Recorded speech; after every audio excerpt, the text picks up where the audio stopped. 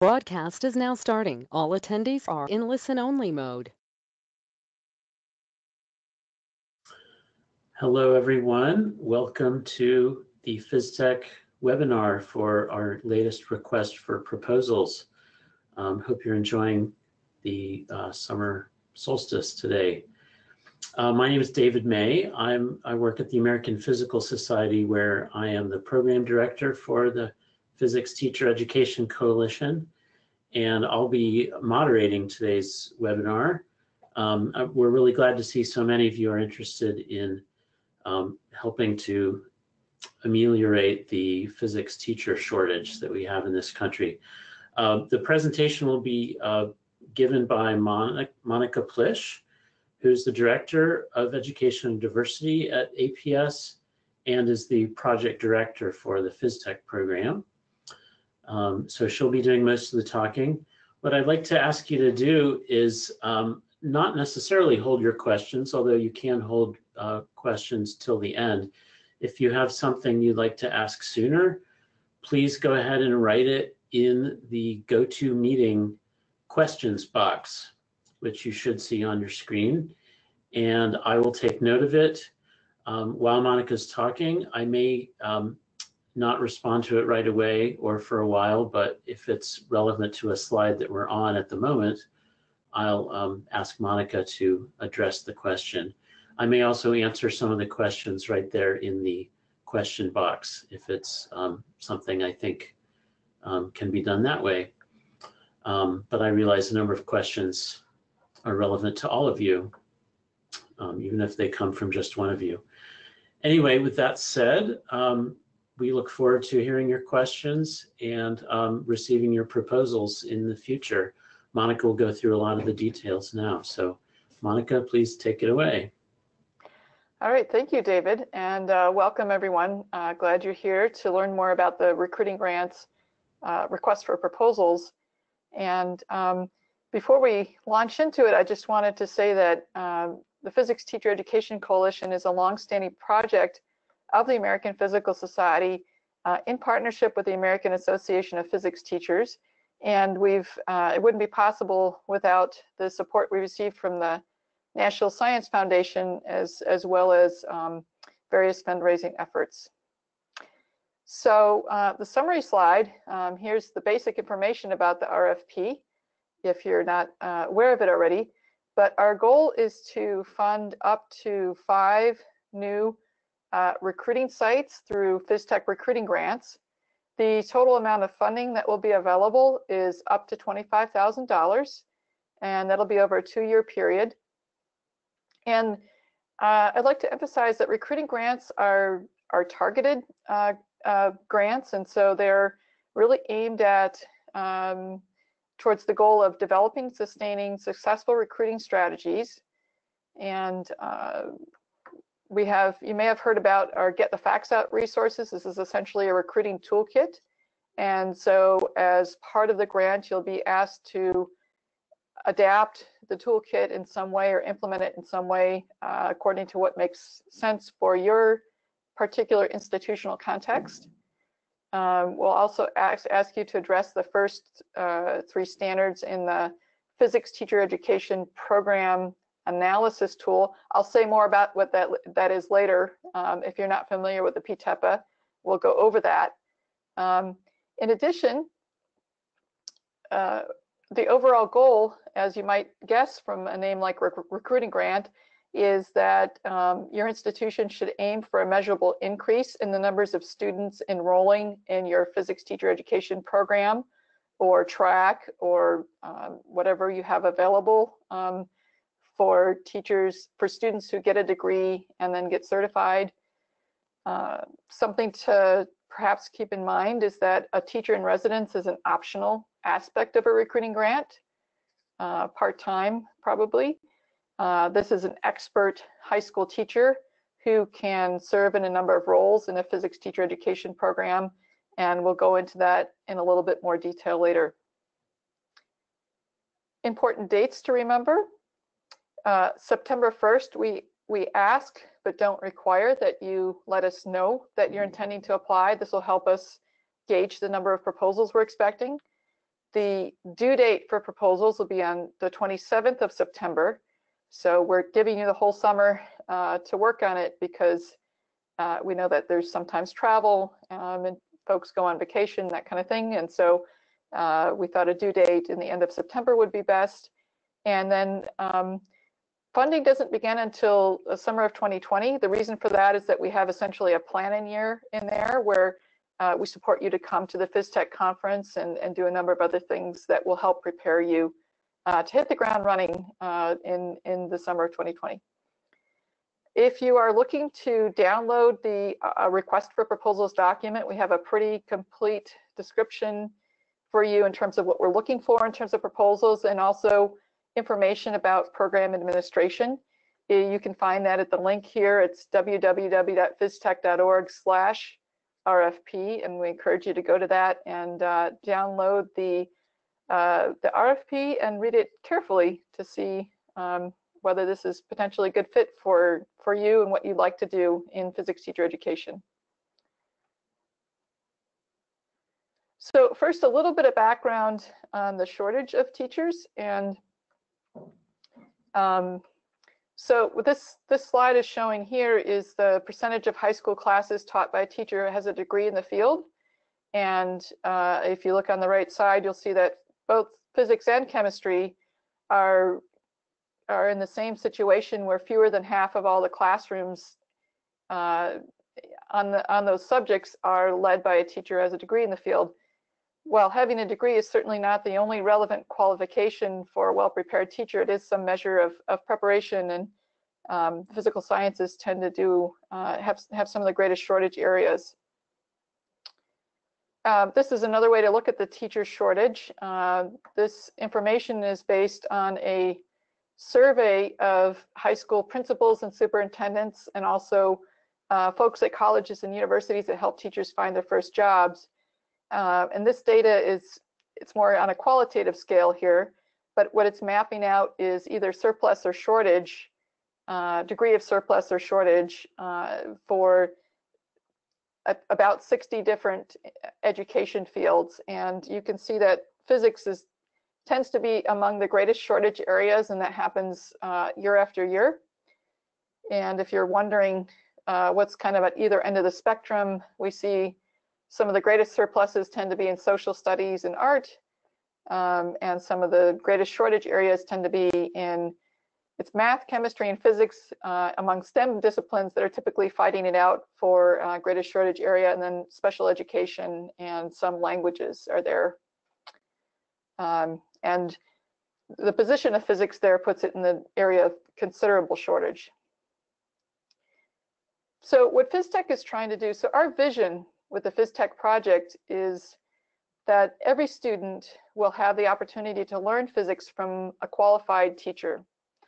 And once again, our proxy for qualification, while admittedly imperfect, is looking at degree of content knowledge for high school teachers. And so thanks to the American Institute of Physics Statistical Research Center, we have some pretty good data on this.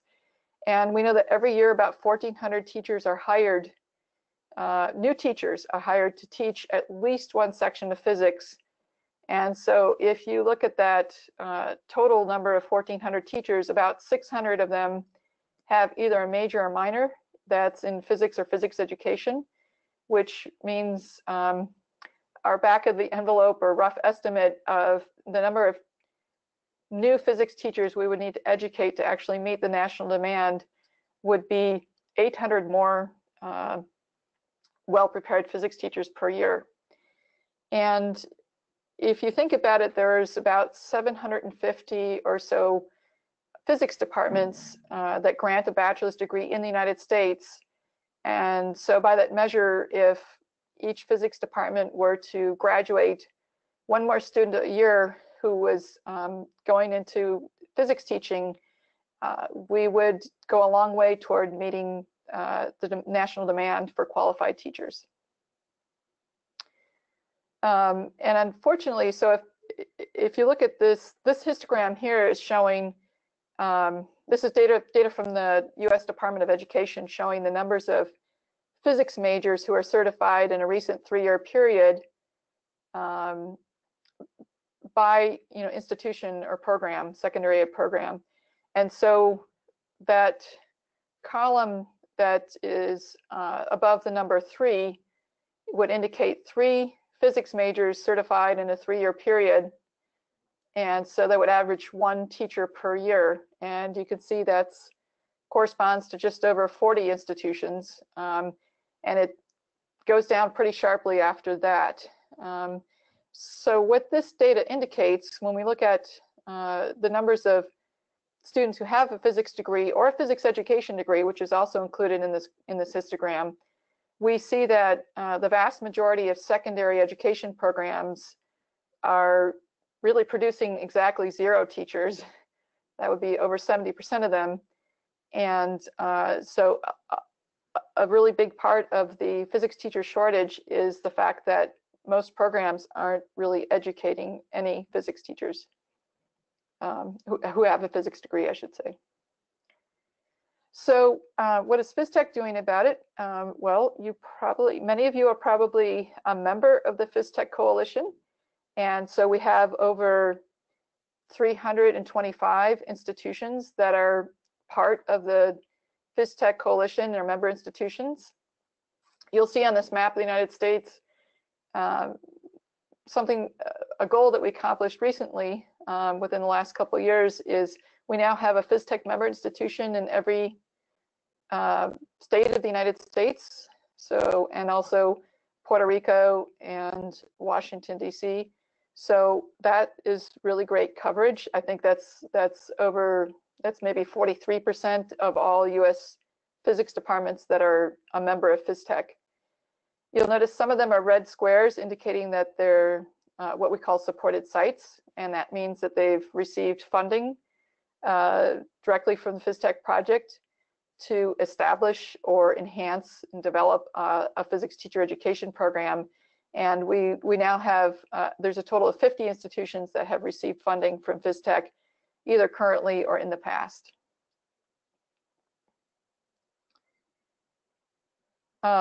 So something I would like to say too about the supported sites, let me go back to that slide, is that the supported sites have been really successful at demonstrating growth in the numbers of well-prepared physics teachers that have graduated from those programs. And many supported sites have been successful at sustaining or even growing their programs after the PhysTEC funding ends. And that really kind of gets at the heart of what PhysTEC is about. PhysTEC is a project really to engage a larger number of US physics departments in developing programs or tracks or concentrations to prepare greater numbers of highly qualified physics teachers.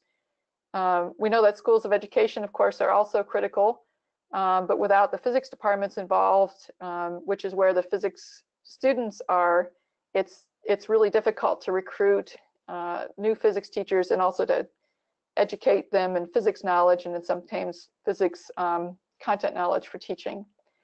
So overall, the goal of our project, you can think about it as developing the national infrastructure and enhancing the national infrastructure for educating the number of physics teachers that are needed in K-12 schools.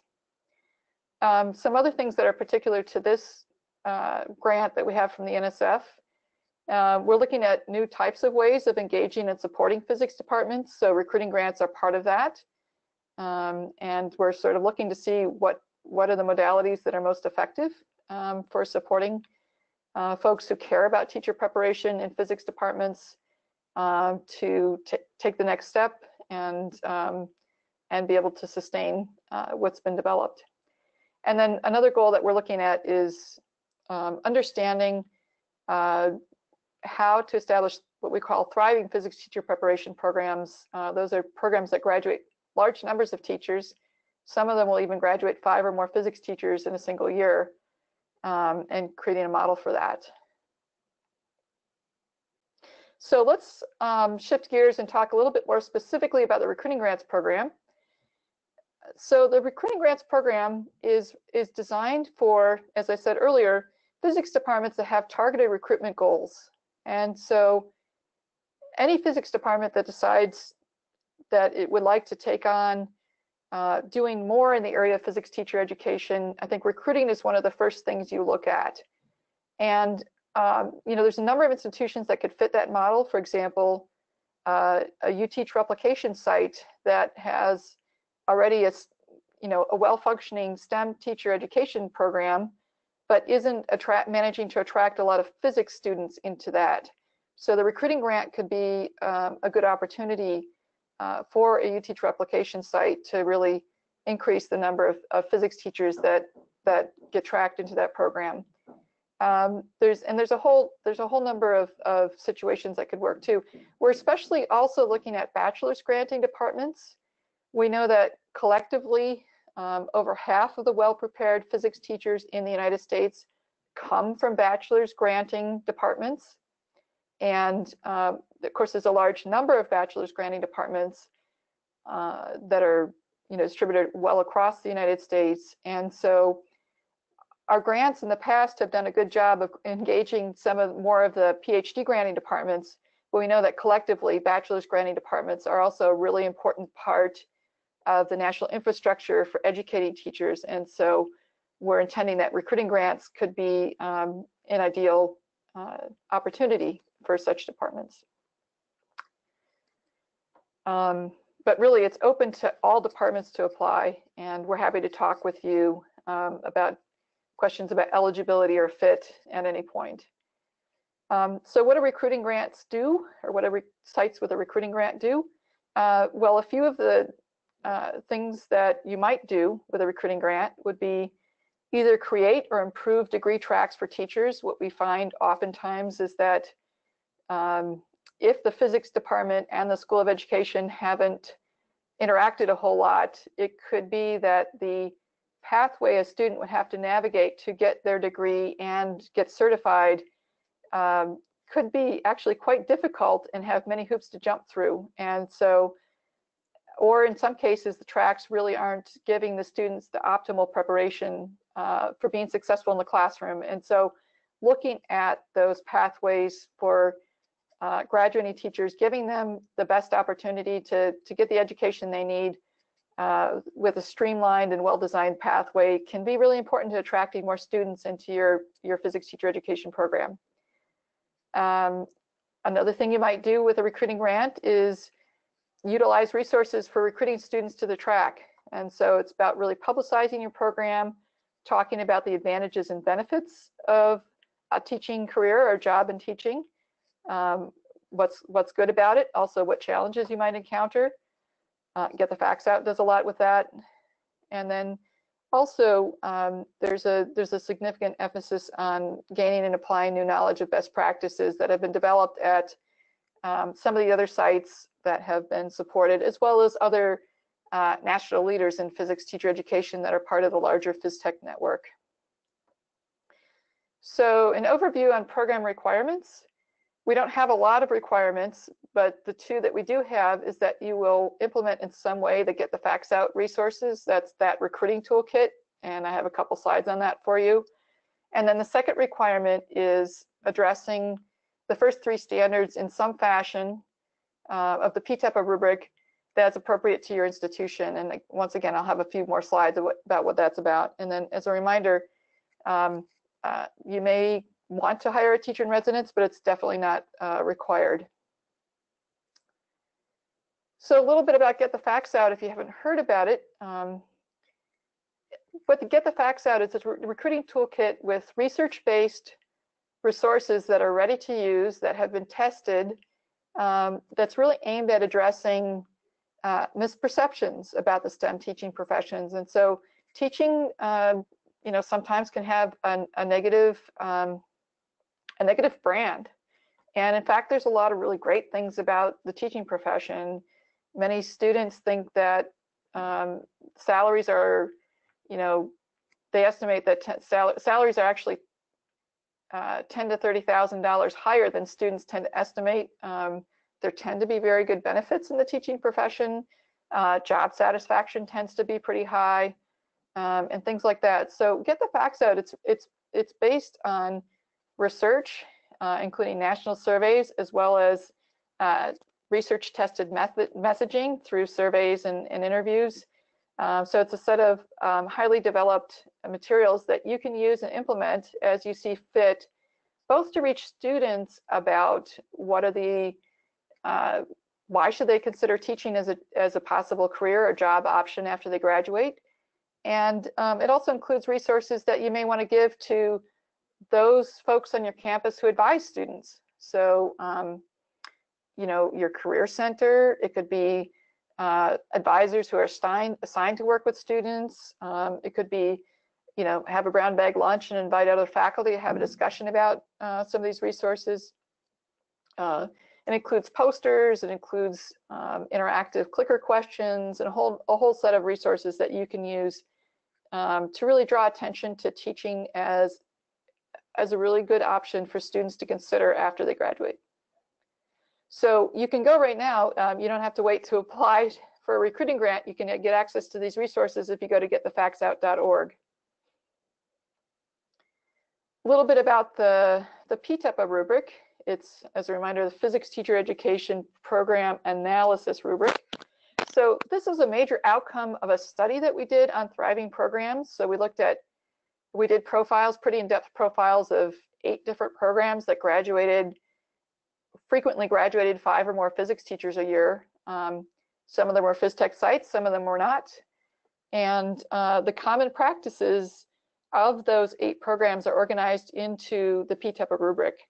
And you're welcome to get a free copy of this report, including the rubric, if you go to phystech.org/thriving. And that's available for you to look at. A little bit of an overview of the PTEPA rubric. So there are the common practices were organized into 6 standards, and they include institutional commitment, leadership and collaboration, recruiting, knowledge and skills for teaching physics, mentoring and support of pre-service and in-service teachers, and assessment of your program. So, and if you'll remember, with a recruiting grant it's a targeted grant, and so we're really just focusing, all 6 things are important, of course, but for the recruiting grant, what'll be expected is that you really focus on addressing the first 3 standards.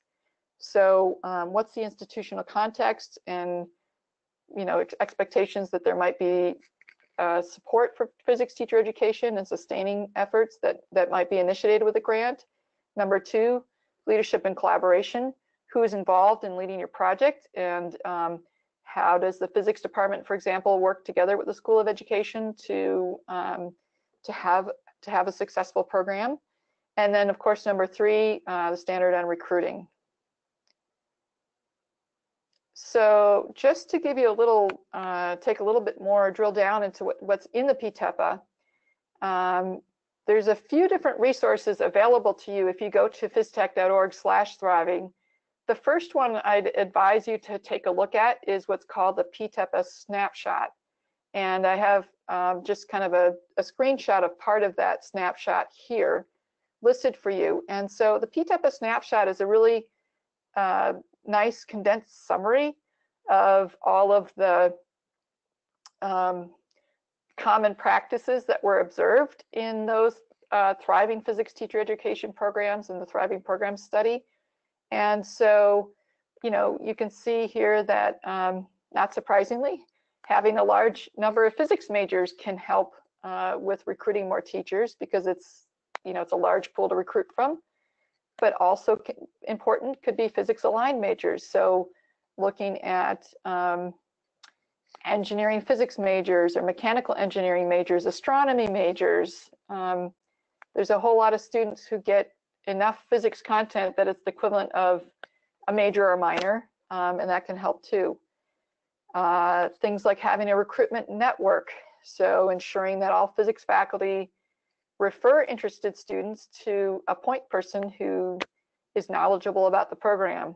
And there's a whole lot of ideas in here, and so what the snapshot is intended to do is to give you kind of a menu of ideas that you might consider implementing as you put together your proposal for a recruiting grant. And then this slide here is it's text taken directly from the RFP, and basically it's guiding questions for you to consider as you're putting together your proposal. That this is kind of an example of some of the guiding text that you'll find in the RFP that will help you to address and document what's called for in the RFP in the area of recruitment. There are similar types of questions when it comes to institutional commitment and leadership and collaboration. But you can see here what the RFP is asking for specifically under your recruitment plan is, what are the populations from which you intend to recruit prospective teachers? What strategies are you going to implement? What are the opportunities that potential future teachers would have to try out teaching, participate in early teaching experiences, for example, in a learning assistant program? And then how will you provide a streamlined and accessible option or options for completing that physics content requirement and also a teacher preparation program? Okay, so I promised a little bit of information about teachers in residence. So this is a teacher in residence is something that has been part of PhysTEC for a long time, and you may have heard of it. We developed the concept of a teacher in residence in our from the very early days of PhysTEC, especially in our comprehensive sites that address all of the standards. But what a teacher in residence is an expert high school teacher who can be full-time or part-time, and there's just so many things they can do for your program. They can serve, for example, as a role model and help with talking to students about the teaching profession. Students may have heard a lot of different things about teaching, but there's really nothing like hearing it from a teacher who's been in the field, who's been in the classroom, who can answer and say, well, my experience was this. And they can authentically share and provide information, answer those questions that students may have who are thinking about teaching, but they're not quite sure. They can serve as an advisor to your future teachers in a number of ways. They can, oftentimes teachers in residence will serve as a course instructor. They may be oftentimes involved in helping to run a learning assistant program or teaching a pedagogy course related to the learning assistant program. They can be a mentor. In many cases, teachers in residence they're an ambassador to the local school districts. So if you're looking to identify classrooms to place your students in, K-12 classrooms to place your students in for an early teaching experience, a teacher in residence will oftentimes know their colleagues and know who can, they have a network of physics teachers they know in the area, and they can help find good classrooms for those early teaching experiences as well as for student teachers. In addition, teachers in residence can bring together a community of in-service teachers.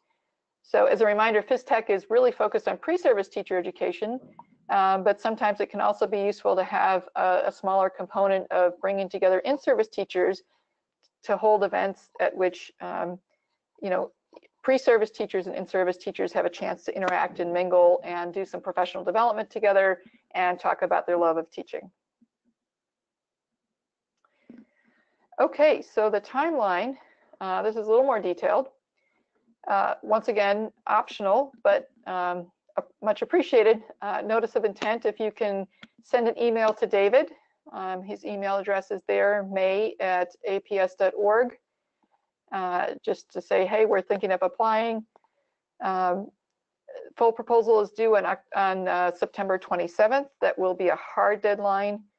Out of fairness, we won't be able to allow any extensions past that deadline. And by December, we'll be announcing awards, early December, that is, not late December. Through the winter and spring of 2020, that will be a planning period for your project. And so we will give you support for 2 people from each institution that receives a recruiting grant to come and attend the PhysTEC conference. The dates of next year's conference it's already scheduled for February 29th through March 1st. I guess we get leap year in there. That'll be in Denver, Colorado, just before the APS March meeting. And also what will happen in the planning period is we will guide you to develop a more specific action plan for implementing your recruiting grant project, and also gathering some baseline data. And then we'll write an MOU with you, and the date on the MOU will have funding to begin in July 1st of 2020. So this slide summarizes the review criteria, and you'll find this also in the solicitation if you go to phystech.org/RFP. Once again, as a reminder, you can download the RFP, and it'll have those review criteria for you. You probably won't be surprised to see review criteria. Number one, we'll certainly be looking at your potential to increase the number of physics teachers and the number of graduates from your program who are well prepared to teach physics. Number two, we're looking at your potential to successfully implement those first three standards in the PTEPA rubric, which are institutional commitment, leadership and collaboration, and recruitment. We'll be looking at the qualifications of the team to carry out the project, evidence of institutional support, which is, of course, really important for sustainability, and to some extent, the extent to which the institution adds either geographic diversity or diversity in teacher demographics, or with type of institution. So that's really kind of looking at the portfolio. How does it add to the portfolio of supported sites that PhysTEC already has? I'll just say the first four are probably the more important ones, and five is an additional one that's a little less important. Just a couple last considerations to keep in mind for potential sites.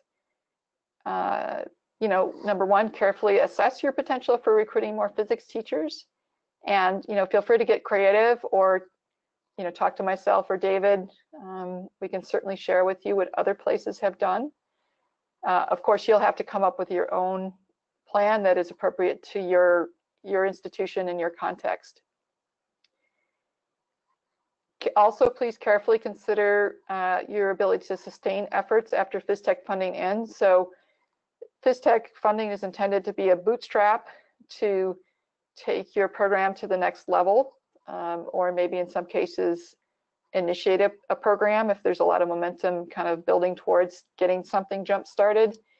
But it lasts for 2 years, and the intention is that after the 2 years of PhysTEC funding ends, that the institution will be able to sustain the initiatives that have been started during the funding period. And that doesn't necessarily mean you need the same amount of funding to sustain those efforts, because, for example, if you're applying the funding toward rewriting or redeveloping your physics teacher education track, once that's in place, hopefully that's pretty sustainable and it just stays on the books. But if you're thinking about like starting up some more efforts toward advertising or promoting your program, then those efforts ideally would be sustained after the funding period ends. And one more reminder that PhysTEC is focused on pre-service teacher education. So if you're looking to fund a project that's primarily on teachers who are currently in the classroom, this is probably not the right place for you to apply. And I think there are a number of other opportunities, and we could talk with you about that too. Okay, so please do contact us about your proposal if you have questions, or we encourage you to be in touch with us, either David or myself, and we're happy to consider your questions, or you can run an idea past us and say, hey, does this fit what you're looking for in terms of would this fit the scope of the RFP, that kind of thing. So, okay, and this is our last slide, just a kind of a recap of the essential elements of the RFP, and we can take some questions now, if there are some questions. Well, there have been several questions coming in. Thank you all for sending them. I've answered or partially answered most of them. If you would like a follow-up question to some of my responses, please write again. One of the questions that is on the table, however, that you all might want to hear is, could we have examples of how recruitment grant funding has been successfully used for existing programs? And I think that was the point of one of the slides that said recruiting grants have ... Right, okay, so we can go back to that one. Okay, yes, this one, right? Yeah.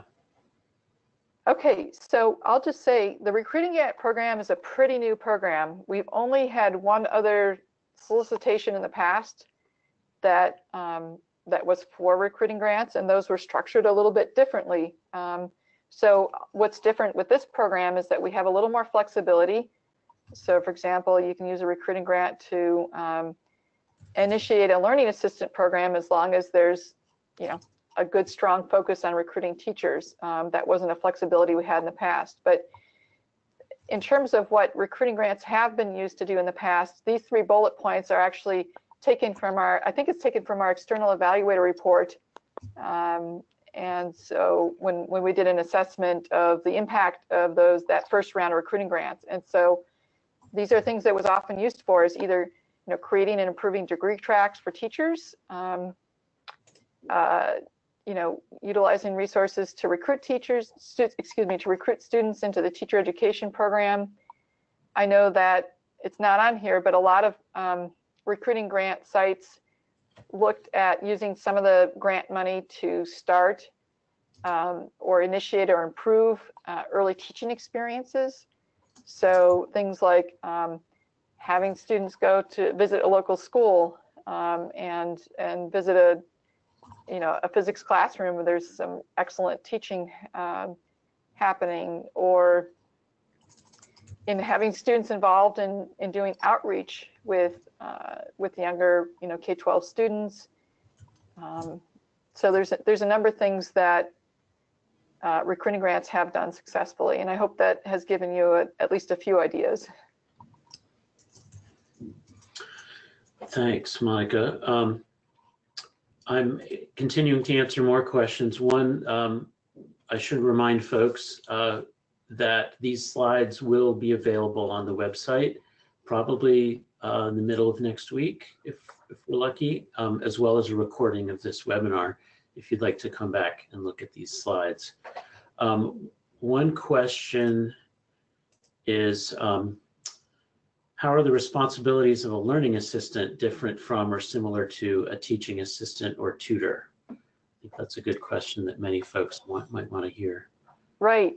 Yeah. So the learning assistant program has been really developed by University of Colorado at Boulder, and they were one of our earliest PhysTEC sites.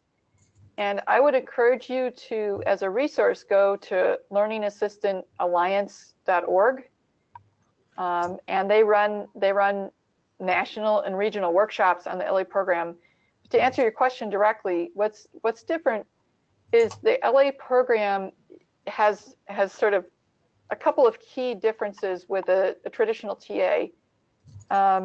Number one, learning assistants the emphasis for learning assistants is they're just like an undergraduate TA, they're an undergraduate student.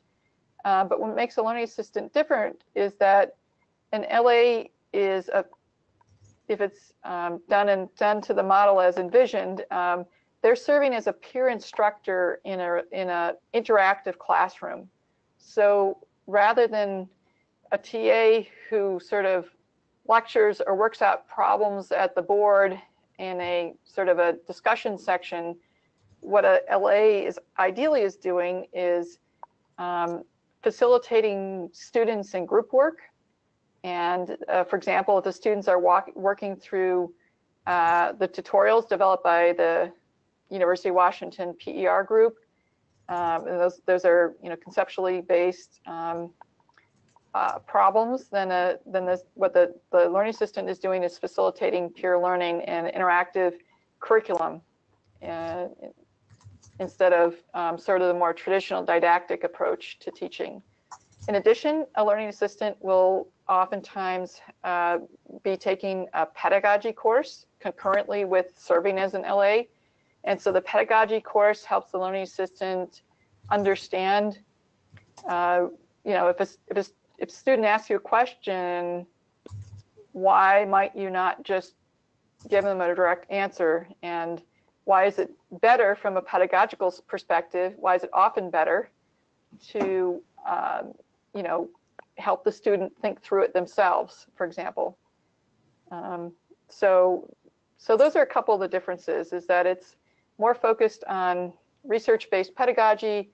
Also, the LAs are recruited as teachers oftentimes. And so because this is a very attracted, well-scaffolded early teaching experience, and so if a professor, oftentimes what will happen is a professional tap a student on the shoulder and say, hey, you're doing a great job as an LA. Have you ever thought about teaching? Or teaching as a career could be explicitly discussed in one of the LA program meetings and things of that nature. So that's just a really quick overview, but again, there's a lot of resources, and if you go to learningassistantalliance.org, you can find a lot of great resources there, and of course, David and I are happy to also help you make some connections. Right, exactly. Okay, I've had a few questions related to some of the data that you showed. And this one that just came in is similar. Do the statistics showing physics teachers per program per year, the histogram, does that include only teachers that are certified or licensed?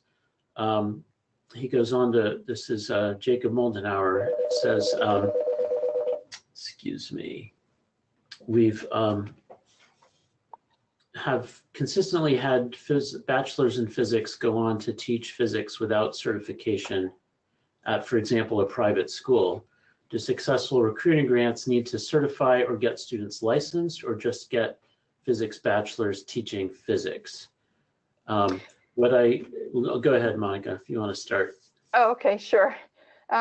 So in response to that question about just getting physics bachelor's students into teaching, I mean, we hear this all the time that, students will get their degree, and then because there's such a severe shortage of teachers, they'll find a teaching job directly, sometimes without any preparation to go into the classroom. And what PhysTEC requires to count as a PhysTEC graduate is we recognize that physics content knowledge is certainly important and very foundational to be a well-prepared teacher. But we also recognize that there's more to teaching well than just knowing the content. And so having some kind of preparation to teach is also, we consider that to be foundational to be a well-prepared teacher. And so, we can sort of get into some of the more details if as needed, but to count as a PhysTEC graduate, your student should have not only a physics major or minor or equivalent coursework of a minor, but should have also gone through some kind of teacher preparation program. We realize not all teachers do get certified in the end, but we leave it up as a kind of a judgment to individual institutions, because you know your students and you know your program the best. But there should be some significant preparation to teach in order to count as a PhysTEC teacher. Right, and Monica just described how PhysTEC counts teachers produced. Just one note about this histogram and where the data comes from. The Title II Department of Education data gathers information from all states, and each state reports teachers produced in different ways, and so it's really hard to count. What the Department of Education does is it counts in 3 different ways, one of which is teachers prepared by a teacher education program who have a certain degree, and we look for the degrees related to physics and astronomy and physical science. And that's what this chart shows.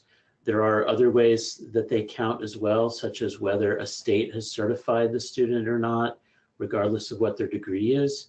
Another way to count looks at what the focus of their preparation program was supposed to be, regardless of what their actual undergraduate major was.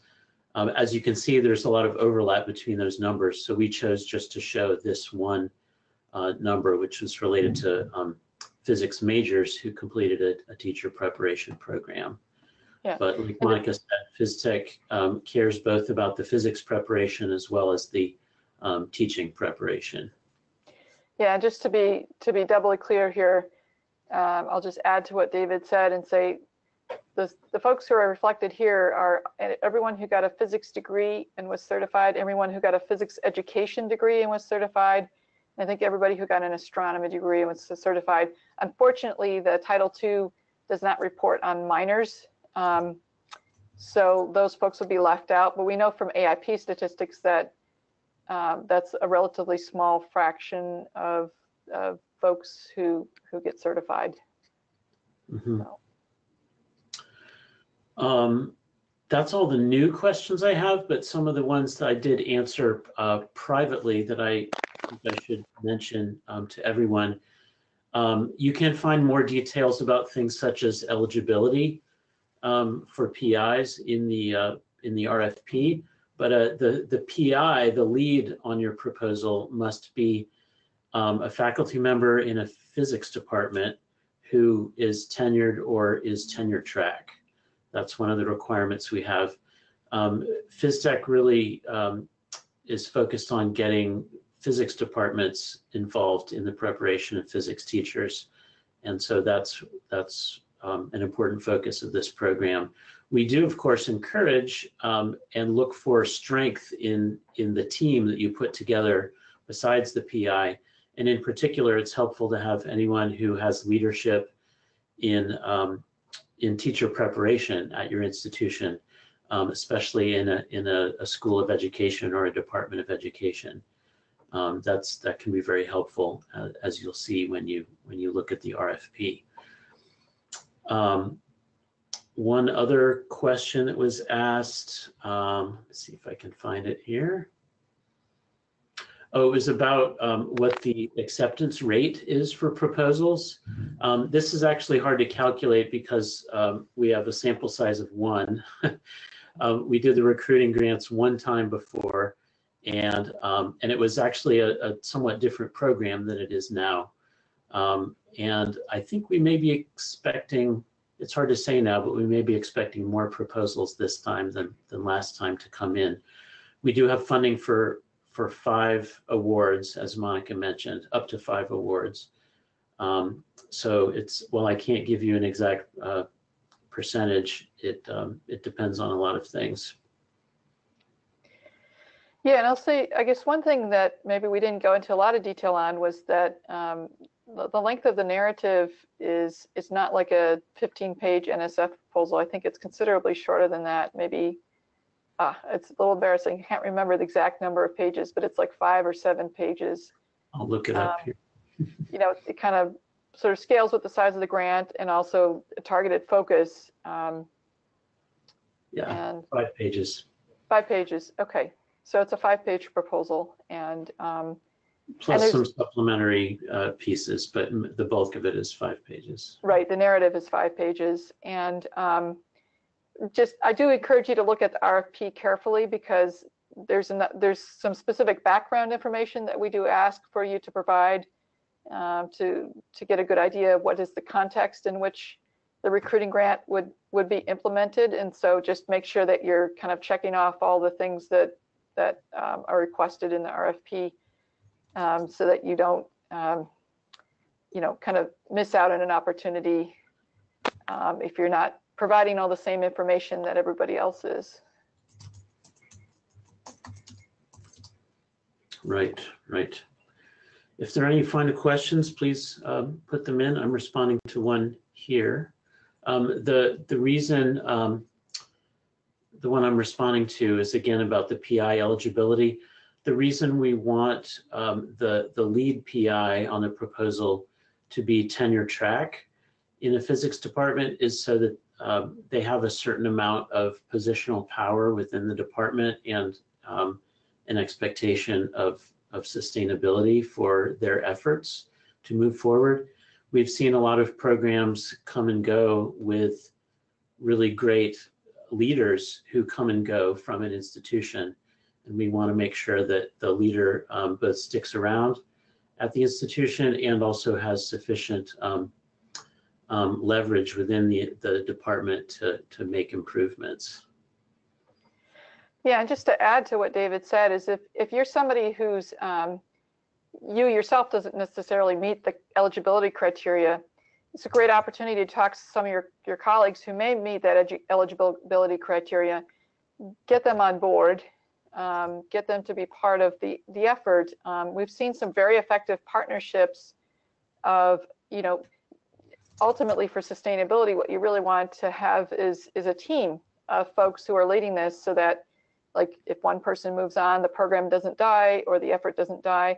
Also with a team, you can sort of distribute the work according to, you know, who has positional power, who has time, who has resources, who has particular skills and experience. And so we'd encourage you to kind of look at involving a team of folks if you can. And that can give you a little more flexibility too in meeting those eligibility criteria. Right. I am getting a number of thank yous in the questions. I don't think I need to answer those except to say you're very welcome. I think we're pleased that this has been helpful for at least some of you.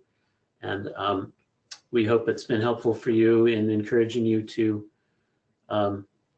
submit a proposal or perhaps to let you know that it's not the right program for you. We realize there may be both of those. Yeah, just a lot more thank yous coming in, no more outstanding questions. I'll just say we hope to see a lot of great proposals. I think you know, this is a pilot of recruiting grants. If we see a lot of really good proposals, this will be an indication that we should try to have another RFP like this sometime in the future. Mm-hmm. So. Right, right. I should say also, if every one of you submits a proposal, I'm not sure we'd have enough to, some of you may be from multiple teams though, or from the same team, I should say. Even if you don't, this opportunity is not for you necessarily. There are other ways to be involved with PhysTEC, and we certainly encourage you to do that. In particular, our conference, which will be on Leap Day next year, February 29th and March 1st in Denver, Colorado, will be a really great place to learn from people who've done things, improved their programs before, and we really want to encourage you to come, whether or not you are awarded a PhysTEC grant. It's one of the best ways to get support from the PhysTEC community for improving your program. And we encourage you to continue getting our messages and look for other ways to be involved too. Just wanted to make sure to mention that. Someone asked if we'll be at the APT meeting in Provo. Yes, Monica and I will both absolutely be there. There is there will be an APS booth. Sorry. Right, right. There will be PhysTEC materials at least at the APS booth in the exhibit hall, if not at the AAPT booth as well. There will also be a number of PhysTEC related activities, including a session called PhysTEC in 50 States, and another session about Get the Facts Out, which Monica talked about, the recruiting strategies. And of course, Monica and I will be there, and we'll be happy to talk to you more about the program at that time. Or even if you don't go to APT, we're happy to talk with you at other times as well. Certainly. Okay, I'm not seeing any last questions. Maybe I'll keep it open for another minute, see if anyone thinks of anything.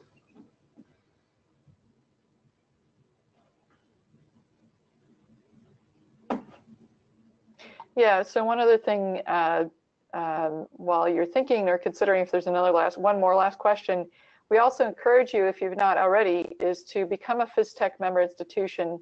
It's really easy to join. It doesn't cost anything. If you go to phystec.org/join, you can become a member.